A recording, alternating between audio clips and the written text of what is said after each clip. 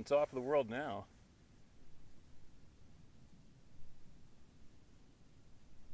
Pretty well as high as I can get without hiking up through all that timber.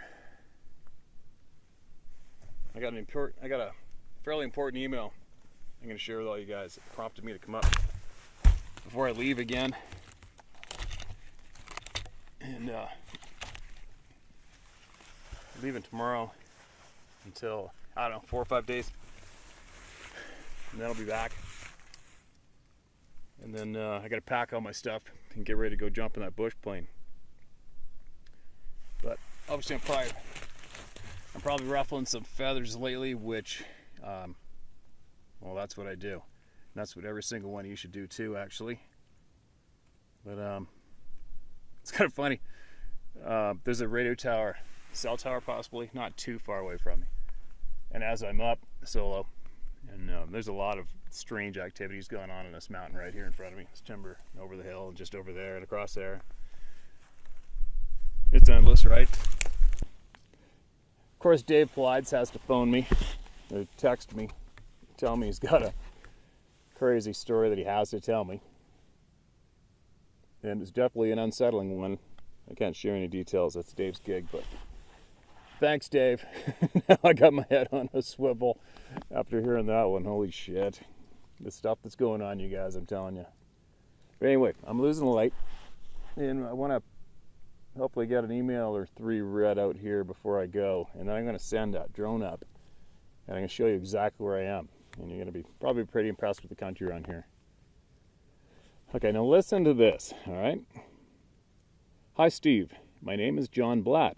I'm 48 years old, a single father, spent 8 years active duty Air Force as a security policeman, and at one time held 3 top secret clearances doing security for government contractors. I chose to no longer do that type of work for various reasons, but I share this because the story I'm about to tell is very hard to believe, and it's important for me to explain that I'm a very pragmatic, down-to-earth, honest person who has a proven track record of being trustworthy. The military and the U.S. government would not have granted me the level of security clearances that I received if it was otherwise. I've had several encounters with the Sasquatch beings over the years, but it was my first encounter that had the greatest impact on my life. I've tried to share this particular story in its entirety with Bigfoot researchers over the years, and most either completely ignore my encounter or think it's untruthful. Hopefully sharing it with you will not receive the same treatment, and my story will actually be heard. This first encounter happened to me over 40 years ago at the young age of 7. For the first 8 years of my life, I grew up in a distant suburb of Chicago called Park Forest and went to Dogwood Elementary School, which was a short walk from my home. It was during a second-grade field trip to the Des Plaines Dolomite Prairies Land and Water Reserve that I had the encounter that would dramatically affect my life forever. I honestly do not remember a lot of that field trip except seeing wildlife and going on walks around the reserve with my classmates. At that age, everything is wondrous and new, and I don't believe I ever had been on a nature walk in the wild before. As could be expected, we were all in fascination and excited to be in such a great exploration of those wetlands. I remember it being a magical experience, that is, until I had my encounter. I distinctly remember walking on a dirt path or trail through woodlands and walking in the back of the line of kids. Looking back, I'm really surprised an adult was not in the back overwatching the children. It was in the 70s, and life was much different, and not as fearful back then. Taking everything in at the back of the line, I had noticed a small turtle on the ground to the right of the trail, and I stopped to examine it. It was amazing to me because I had never seen a wild turtle before, and it was just beautiful. I'd stopped, squatted down, and after examining it for a while, I picked it up and was just enthralled with this little creature. So much so that I was completely oblivious to the rest of the class, and the adults had continued on down the trail and been gone for quite some time. I believe it must have been at least several minutes of being engrossed with my new little friend when I slowly came to the realization that I was completely alone in the woods. I don't remember being frightened at all by this realization, but I know I had to put the turtle back down on the earth where it was before, and as I did so, I remember hearing a noise coming from my left in the direction of the woods. I turned, and before me was something I did not understand. It was a hairy giant. Something that looked similar to Chewbacca from Star Wars was standing about 20 feet from me, but it did not make me feel safe or comforted. It must have come up behind me when I was alone looking at the turtle. My initial instinctual impression slowly changed from stunned astonishment to this growing fear as I came to the realization that what was before me was a monster, and I was completely alone with it. It stood there just looking at me. Its long brown hair came down and mostly covered its face. I don't remember being able to see its eyes at this point. After a few minutes of being still, it slowly started to sway back and forth while it was looking down at me. I don't remember ever having fight or flight experience or having a desire to run. Although I was becoming more and more terrified by the moment, I never thought of fleeing. Why? I don't know. What happened next is something I've been trying to understand and cope with for the rest of my life. It let out this incredible moan or cry that made my whole body vibrate. It was so very loud.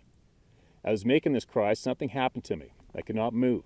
I tried to scream, but I could not open my mouth, and I could not move my body at all. It wasn't that I was just paralyzed with fear, but I was locked in place. I believe I would have just fainted out of sheer terror, but it never happened. It was like it had somehow connected with my brain and was overriding my mental bodily commands. That's really the only way that I can describe it.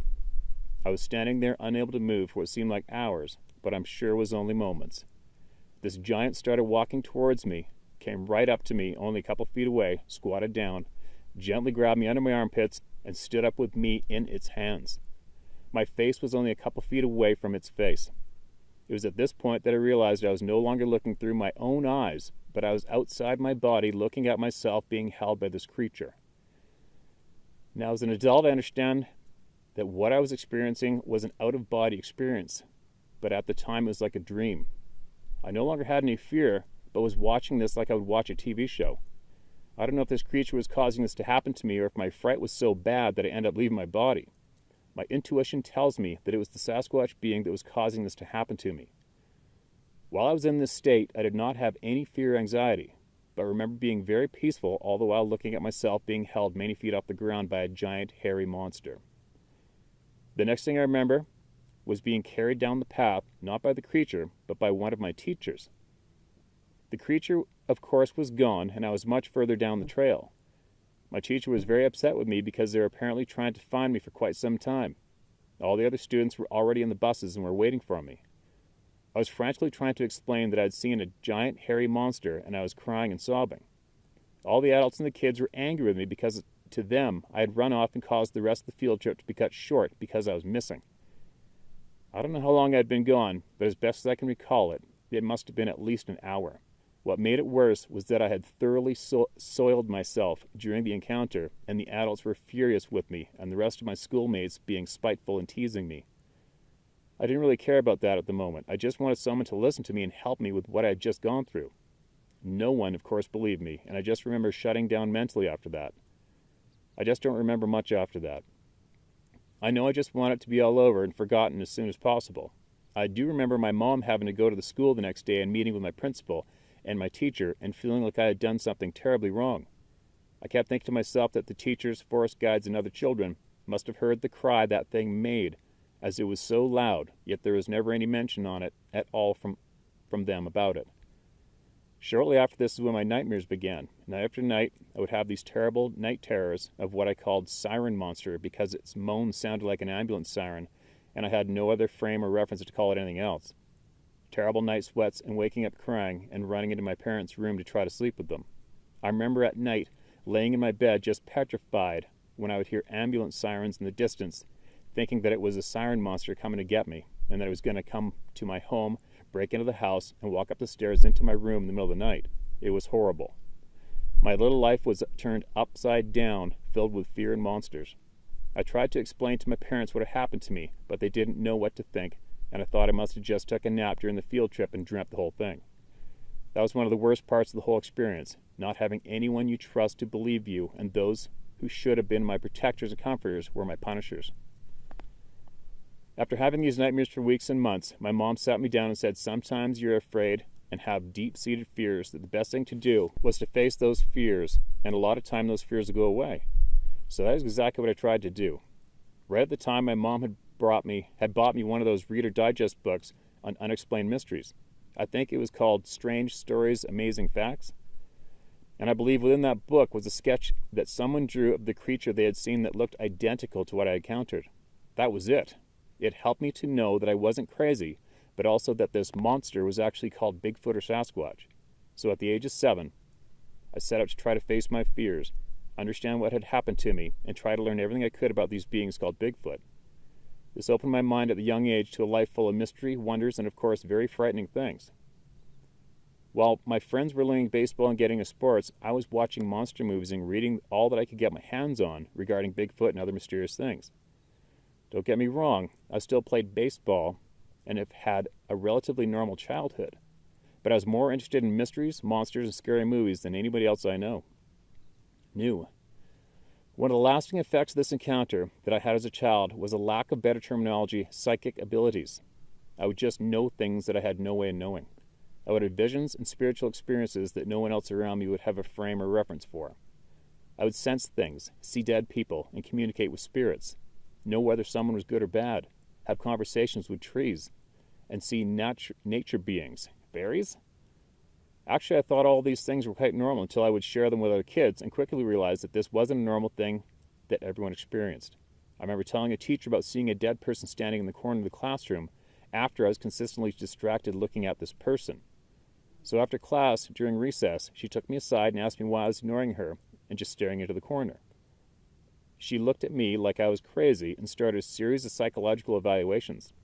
I remember overhearing the conversation between my mom and the psychiatrist that I was perfectly normal and healthy, but just odd. But after that, I learned to keep my mouth shut. In 1982, the films Poltergeist and The Entity came out, and yes, my parents let me watch just about everything. And within those films were scientists who studied the paranormal and psychic phenomenon, who we called parapsychologists. This gave me another frame of reference, and I began to study parapsychology at the age of 12. I ended up reading every book on parapsychology, Bigfoot, UFOs, ghosts, psychic phenomena, and anything else that falls into the category of the unexplained. I exhausted all of the books at the city library as well as our school libraries. I do not know whether or not my first encounter with Sasquatch was responsible for opening these psychic experiences in my life, whether it was just sheer coincidence or that my encounter happened because I had these sensitivities in the first place. I do not know what had happened to me during the time I was missing and that I could not remember. Why didn't the Sasquatch just walk off with me, never to be seen again? Why don't I remember anything after it picked me up? I still have many questions that are left unanswered. Since that first encounter, I've had at least 4 other encounters with these intelligent beings. I do not believe they are monsters or an unclassified ape. They are clearly of an intelligence that is higher than ours and have abilities that we just do not understand. Each one of my preceding encounters have had some level of psychic aspect to them. During each encounter that I have had, I was in a terribly vulnerable position and could have easily ended with great harm coming to me, but that never happened. They could easily have hurt me or ended my life, but chose not to harm me and not to overly frighten me as well. Did my first encounter mark me in some way? It feels like it sometimes. Here's one of the strangest things all about this. When they are near, I can feel them, even when there is no physical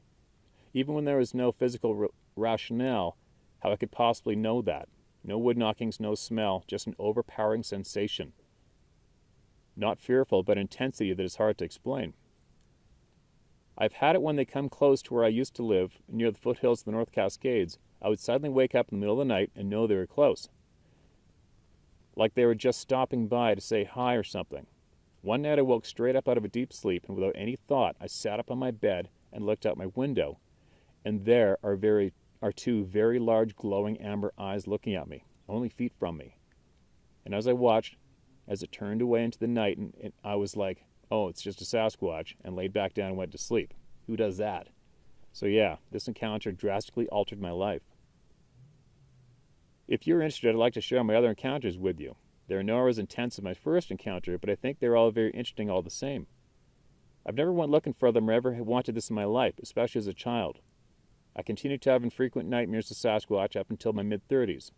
But there came a moment when I came to acknowledge the strange connection that I have with them, and with deep sincerity, I laid down all my desire to try to prove to other people that they are real, or try to acquire evidence of their existence, for science to acknowledge them.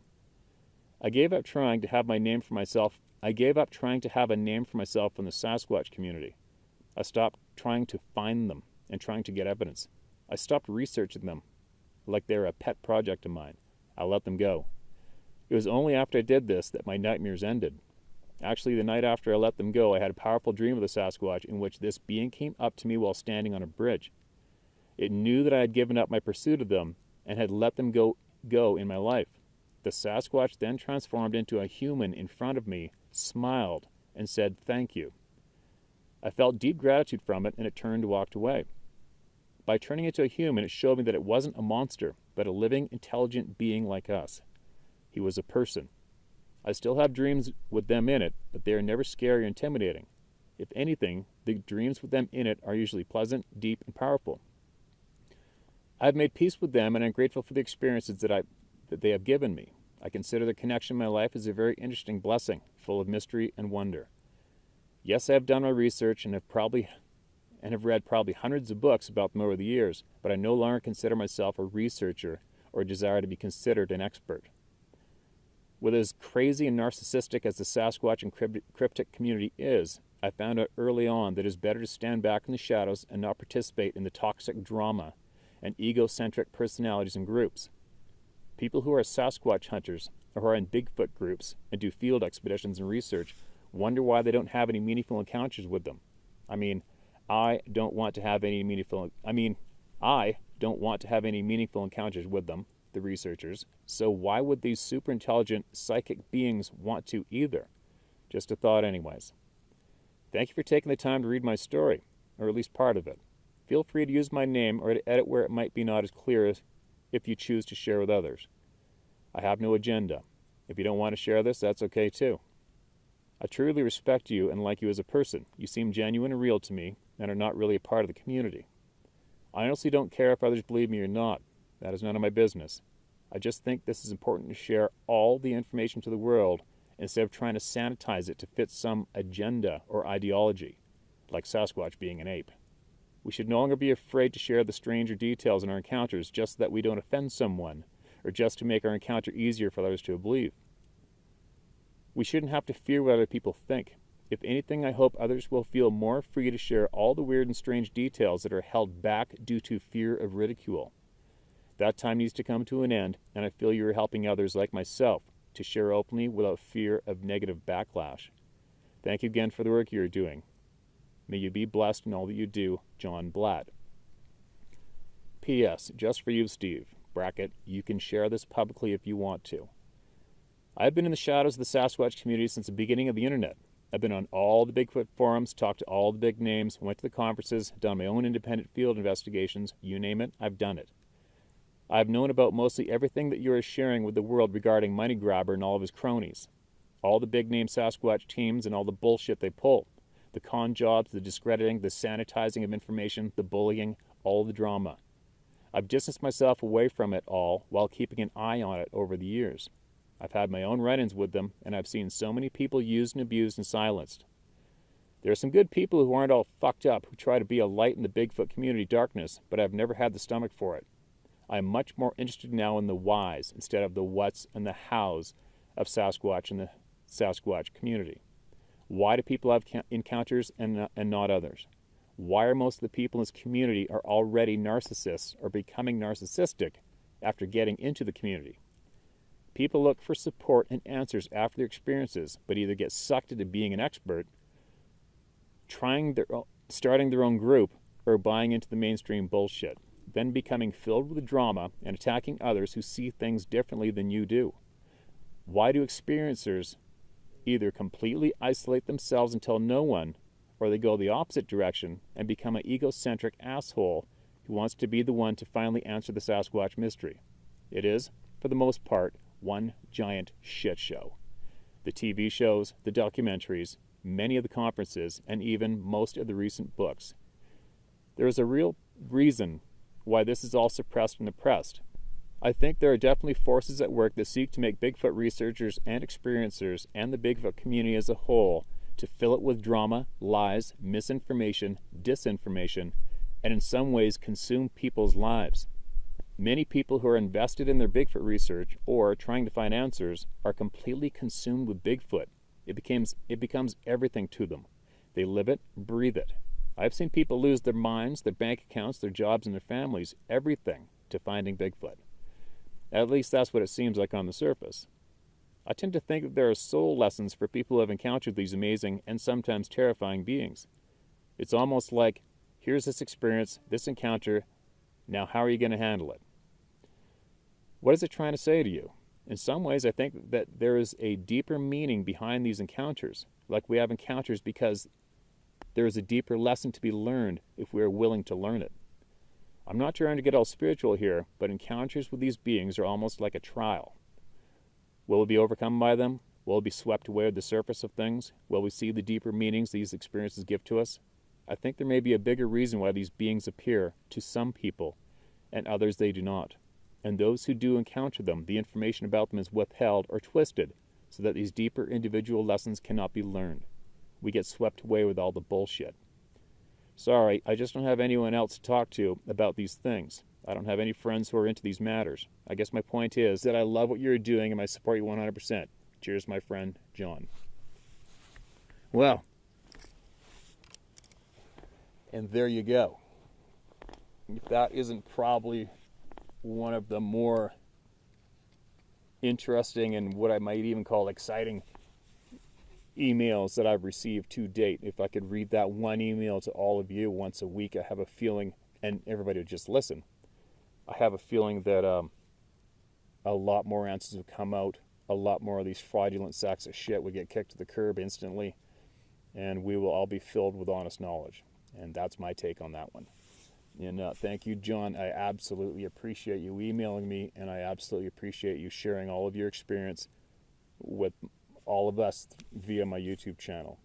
And I'd imagine by the time you see this video, you would have already saw that other video I made about revealing the truths of what a lot of people have been doing for real behind the scenes, who have suckered all you into reporting to them.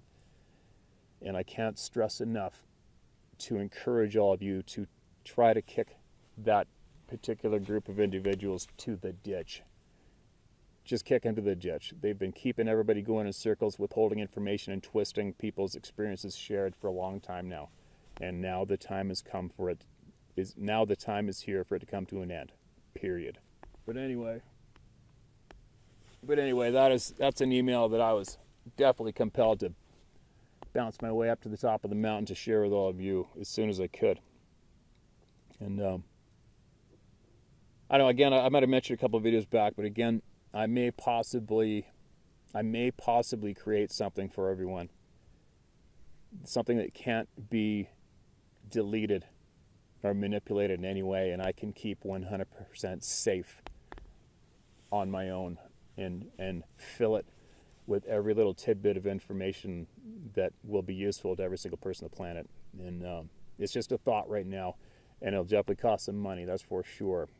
And I don't know, we'll see. I'll have to look into this. You see, before I came out publicly about my experience with these things, my mission earlier a few years back was I was trying to get outdoor knowledge to people honestly and bypass all the TV narcissistic lying bastards who don't tell anybody the truth.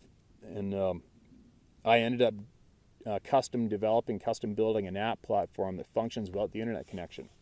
And I did it all on my own, no partners. And it cost a pile of money. I put a bunch of my retirement money into it. It was a lot of money, but I did it, and I managed to do it without partners, and now I own it, and nobody can touch it. And that's what I was doing with my channel before all this blew up. I was promoting outdoor knowledge to help everybody get better with true, honest knowledge via using this app platform that I built, and I own it. It's the only one of its kind available right now. And what I could possibly do is I could possibly create an app and it'll hold any and all video content, text, audio content, photographs, albums. I can put anything in it, and nobody can stop me. Nobody can have access to that information. It's under lock and key, and I can share it with every one of you. And I'm seriously thinking about doing it, possibly, because how else are we going to get rid of the dishonest people, right? And their blow-ass websites. And they've already had a lot of people conditioned to thinking we need to report to them, where basically almost all of them are getting screwed, right? So it's a crazy topic. There's a lot of sad results that come from it. There's a lot of egomaniac, control freaks, opportunists that get attracted to this topic for some weird reason. I don't know why. And I will tell you flat out right now, I'm not a member of any Sasquatch community or Bigfoot community. I'm not. I am you. I am every single one of you. I'm just a regular person who loves the real world. You can see it around me. You can see it around me every single one of my videos, and that's who I am. And but I also am a truth seeker, and I like to squash bullshit. So we'll see. I think we will all talk about this potential creation as a group, including every single one of you that's listening to my words here now, and maybe we'll possibly discuss doing this together with input from all of you, because it will take a few dollars to do it. You know what? And if anybody, you simpletons, are going to start screaming, "Oh yeah, here he goes, going to make money." I was making money far before I came out about this topic. All right, and I make my own money, and I work hard to make it. And believe me, if I wanted to make a pile of money off of this topic, I could. But I don't. But if we do this, it will take a few dollars. And I've dumped a pile of money into making these videos as it is, a pile of money and time, and I don't ask for anything in return. But if we do this together, we'll have to pool up a few dollars anyways to cover it. But we'll see. It's just a random thought, an idea right now. We'll see what comes.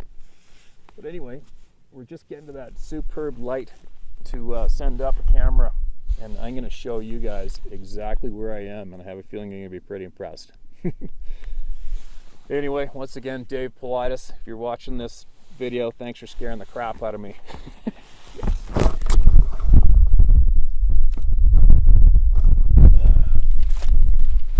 I got my frickin' head on a swivel on top of this mountain alone. Anyway, check out this footage. I'm going to show you where I am. You're all going to love it.